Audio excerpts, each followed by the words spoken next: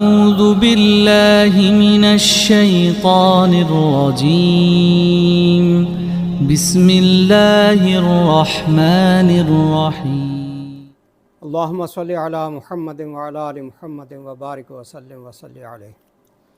عن ابی ہریرہ رضی اللہ عنہ عن النبی صلی اللہ علیہ وسلم قال ایاکم والحسد فإن الحسد یاکل الحسنات کما تاکل النار الحطب.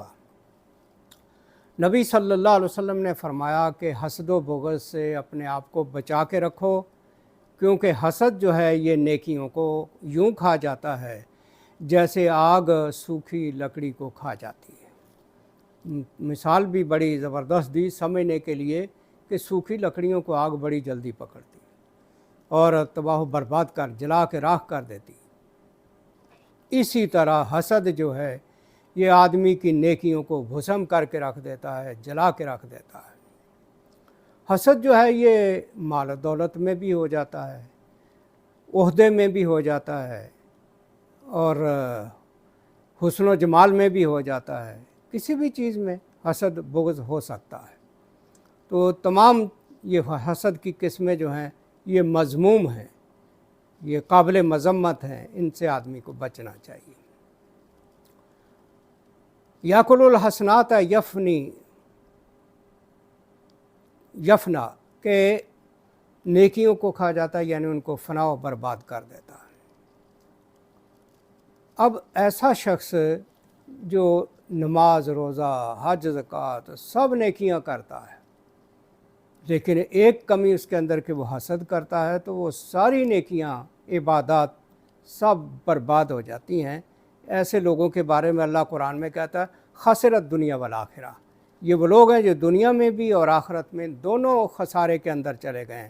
نہ دنیا میں کامیابی نہ آخرت میں کامیابی، دونوں جہانوں کی بربادی ہے ایسے لوگوں کے لیے. نبی صلی اللہ علیہ وسلم نے بڑی وضاحت کے ساتھ دوسری حدیث بخاری و مسلم میں ہے، ان المفلس من امتی من یاتی یوم القیامہ بصلاۃ و زکوٰۃ و صیام و قیام. میری امت کا مفلس، میری امت کا، یہ فرمایا غیر امت کا نہیں، کافروں میں سے نہیں، میری اپنی امت کا مفلس، نادار، کنگال وہ شخص ہوگا جو قیامت کے دن ڈھیر ساری نمازیں، ڈھیر ساری زکوٰتیں، ڈھیر سارے روزے، راتوں کے قیام، بڑے نیک اعمال کر کے وہاں قیامت کے دن آئے گا. اتنے نیکیاں کرنے کے باوجود ویاتی قد شتم ھذا وقذف ھذا، لیکن وہاں حقوق العباد کے معاملے میں اتنا کمزور. کوئی آ جائے گا کہ یا اللہ اس نے مجھے گالی دی تھی، کوئی آ جائے گا یا اللہ اس نے مجھ پہ جھوٹا بہتان باندھا تھا. وَأَكَلَ مَالَ ھذا، کوئی آ جائے گا کہ یا اللہ میرا اس نے ناجائز مال ہڑپ کر لیا تھا. وَسَفَكَ دَمَ ھذا، کوئی آ جائے گا کہ یا اللہ اس نے میرا ناحق خون بہایا تھا.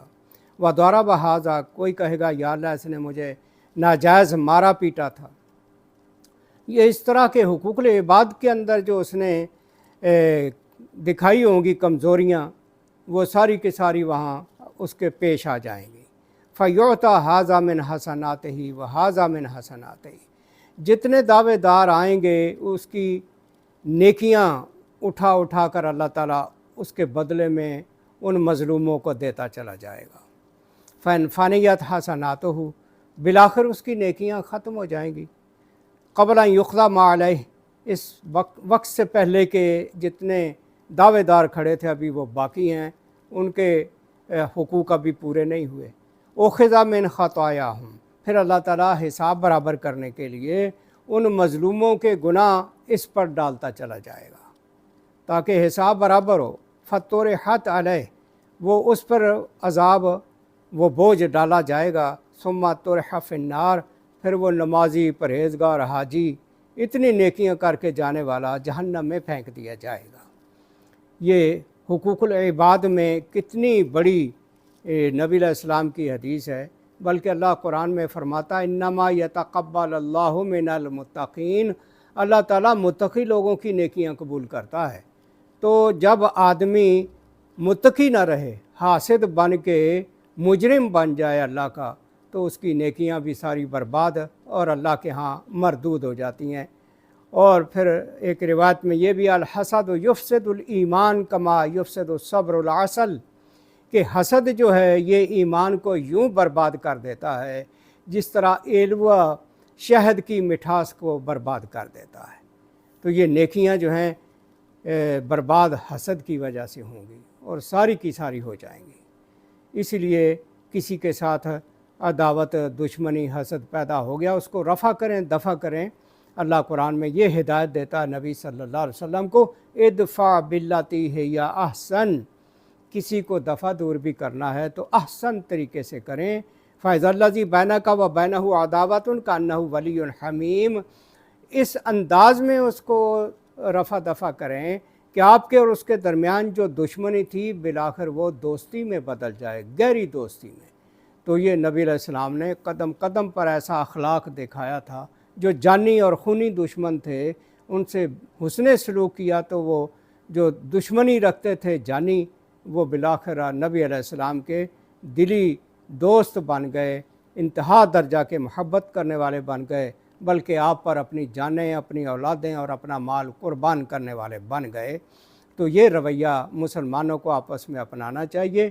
آپس میں ہی اگر یہ ایک دوسرے سے الجھے رہیں، مصیبت تو یہ ہے کہ نبی علیہ السلام نے جو دین دنیا کو دیا تھا، جس کو صحابہ کرام نے اپنایا تھا، بعد کے لوگوں نے اس امت کو ایک نہ رہنے دیا بلکہ ٹکڑے ٹکڑے کر دیے، مذہبی بنیاد پر بھی اور سیاسی بنیاد پر بھی، اور اس امت کے ٹکڑے اڑا دیے۔ اور آج نفرتیں اتنی بڑھا دی گئی ہیں چھوٹے چھوٹے مسائل پر، فروعی مسائل پر، جو اسلام کی بنیاد نہیں ہے۔ حالانکہ نہایت غور سے دیکھا جائے تو اسلام کی بنیاد تمام مسلکوں کی ایک ہی ہے، صرف چھوٹے چھوٹے جو فروعی مسائل ان کو اتنا بڑھا دیا گیا جیسے اسلام کی بنیادیں ہل گئی ہیں۔